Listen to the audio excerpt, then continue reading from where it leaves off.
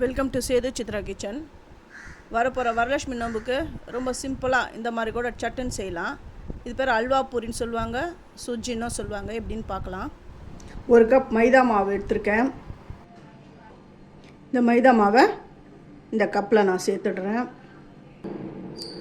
ஒரு pinch of salt இதில் சேர்க்குறேன். நெய் வந்து ஒரே ஸ்பூன் தான் விடணும்.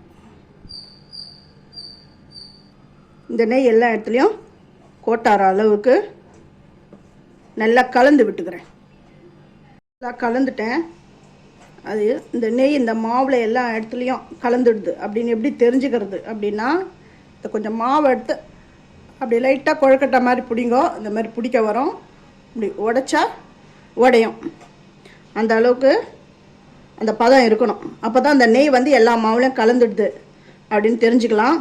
அது மட்டும் இல்லாமல் ஃபஸ்ட்டு நான் மைதா எடுக்கும் பொழுது அதை ஜெலிச்சு தான் நான் எடுத்தேன்.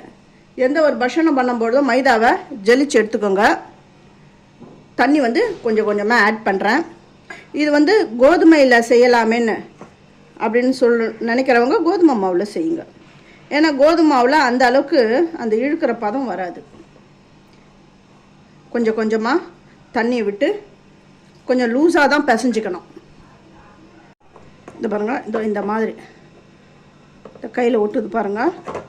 இந்த மாதிரி பிசைஞ்சிக்கணும். இப்போ இதில் கொஞ்சமாக எண்ணெயை விட்டு இதை ஸ்ப்ரெட் பண்ணிக்கிறேன். இப்போ இந்த கையில் இருக்கிறது எல்லாமே வந்துடும். இது மேலே அப்படியே கோட் பண்ணி அப்படியே வச்சிடுறேன். இது அப்படியே ஊறட்டும். அடுத்த ப்ராசஸ்க்கு போகலாம். அது உள்ள ஸ்டஃபிங் வைக்கிறதுக்கு அளவுகள் பாருங்கள். இது வந்து ரவை வந்து ஒரு கப் எடுத்திருக்கேன். ஒரு கப் ரவைக்கு ஒரு கப் சர்க்கரை தான் நான் எடுத்திருக்கேன். தண்ணி வந்து 2 கப் எடுத்துக்கணும். இது வந்து கேசரி கலரில் இது வந்து அந்த ஸ்டஃபிங் அதுதான் பண்ண போகிறோம். இதுதான் இதோடைய அளவு. அந்த மைதா கலந்து வச்சுருக்கோம் இல்லையா, அதில் வந்து ஸ்டஃபிங் பண்ணுறதுக்கான அளவுகள் இதுதான். ஏலக்காவை ஒரு 4 ஏலக்காய் எடுத்துக்கிறேன். இதை தட்டி எடுத்துன்னு வந்துடுறேன். ஏலக்காவை ஃபஸ்ட்டு இந்த தண்ணியை நல்லா சூடுபடுத்தி எடுத்துன்னு வரேன்.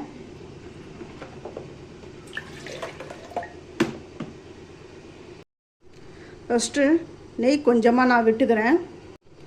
கொஞ்சமான ஒரு ஸ்பூன் தான் நான் நெய் விட்டுருக்கேன். ரவையை போட்டு வறுக்கிறேன். இது நல்லா நெய்யோடு கலந்து வறுபட்டு வரணும். அந்த பக்கம் கெட்டில் சுடு தண்ணி சூடாகிட்டுருக்கு. இதுக்கு கலர் பொடி வேணும்னா கூட ஆட் பண்ணிக்கலாம். நான் கலர் பொடி ஆட் பண்ணலை. ஏலக்காய் பொடி, ஏலக்காவை தூள் பண்ணி வச்சுருக்கேன். அந்த ஏலக்காய் பொடி தான் இதில் நான் சேர்க்குறேன். இதை பாருங்கள், நல்லா வறுபட்டு வந்துடுது. இப்போ நல்லா வறுபட்டுடுது. இந்த நேரத்தில் அந்த சுடு தண்ணியை இதில் விட்டுடணும்.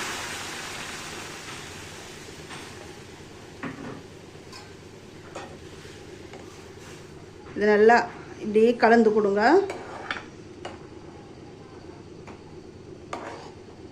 இந்த ஏலக்காய் தூள்லாம் நான் போட்டது நல்லா இது வருங்க, அது மேலே வருது.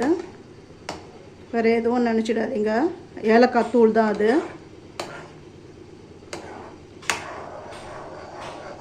சட்டுன்னு இது கெட்டிப்பட்டுடும். நல்லா வெந்து வருது பாருங்கள். நல்லா வெந்து கெட்டிப்படட்டும்.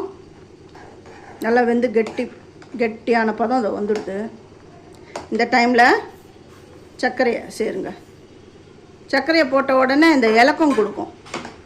இது எல்லாம் இந்த ரவையோடு சேர்ந்து அப்படியே வரட்டும். நல்லா கலந்து விடணும். கலந்து விடுறேன். அப்புறங்க இந்த சர்க்கரையோடு சேர்ந்து இன்னும் நல்ல இலக்கம் கொடுக்குதா, அப்படியே இன்னும் கெட்டியாகும்.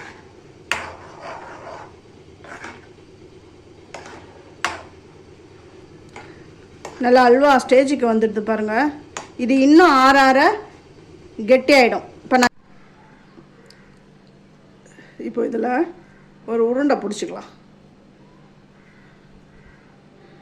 இந்த மாதிரி உருண்டை எடுத்துட்டு இந்த மைதா மாவு இருக்குது பாருங்கள், இது பாருங்கள் இந்த ஸ்டிக்கியாக வருதா, இந்த மைதா மாவில் வைக்கணும். இந்த பூரண போலி பண்ணுறோம் இல்லையா, அதே மாதிரி தான் இது மாதிரி பண்ணிவிட்டு அதில் இந்த பூரணத்தை வச்சுட்டு அப்படி க்ளோஸ் பண்ணிக்கணும்.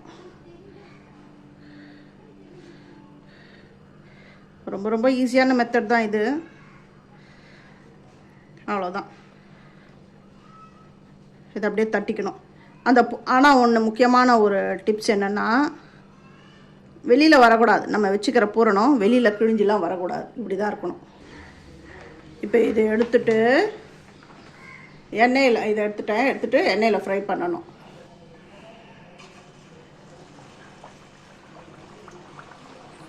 இதில் நான் போட்டுட்டேன். அடுப்பை வந்து ஸ்லிம்மில் தான் வச்சுருக்கிறேன். இது ஒன் சைடு வெந்து மேலே எழும்பி வந்தவுடனே திருப்பி போட்டுடுறேன். இப்போ ஒன் சைடு வெந்துடுது, பாருங்க எழும்பி வந்துடுது. இப்போ நெக்ஸ்ட் டைம் அப்படியே ஜென்டலாக திருப்பி போட்டுடணும். பாருங்களா புஃப்னு எம்பி வருது பார்த்தீங்களா. இது வெந்து வரட்டும். பாருங்க நல்லா வெந்துடுது பாருங்க. இந்த ஸ்டஃபிங் எதுவுமே வெளியில் வரல. இப்போ இதை எடுத்துட்டு இன்னொன்று போடுறேன். இன்னொன்றும் இதில் போடுறேன் பாருங்கள்.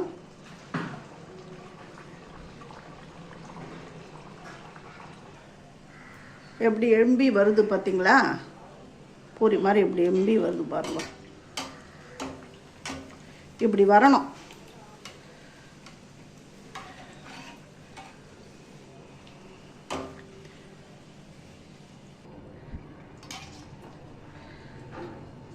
இதே மாதிரி எல்லா மாவுலையும் நான் செஞ்சுட்டு நான் உங்களுக்கு காட்டுறேன்.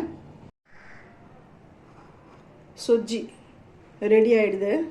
இது வரலட்சுமி விரதத்துக்கு இந்த மாதிரி சிம்பிளாக நீங்கள் செய்யலாம். இதை நான் உங்களுக்கு கட் பண்ணி காட்டுறேன் எப்படி இருக்குன்னு.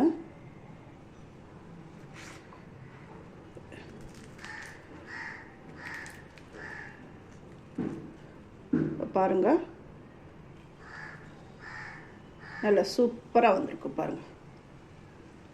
இதை உங்கள் வீட்டில் நீங்கள் செஞ்சு பார்த்துட்டு எப்படி இருந்தது எனக்கு கமெண்ட் பண்ணுங்கள். ஃபஸ்ட்டு என்னுடைய வீடியோவை பார்க்குறவங்க சப்ஸ்கிரைப் பண்ணலைன்னா சப்ஸ்கிரைப் பண்ணுங்கள். ஆல் என்ற ஆப்ஷனை தொடுங்க. அப்போ தான் நான் போடுற ஒரு வீடியோவுடைய நோட்டிஃபிகேஷனும் உங்களுக்கு காட்டும். லைக் பண்ணுங்கள், ஹைப் கொடுங்க. தேங்க்யூ.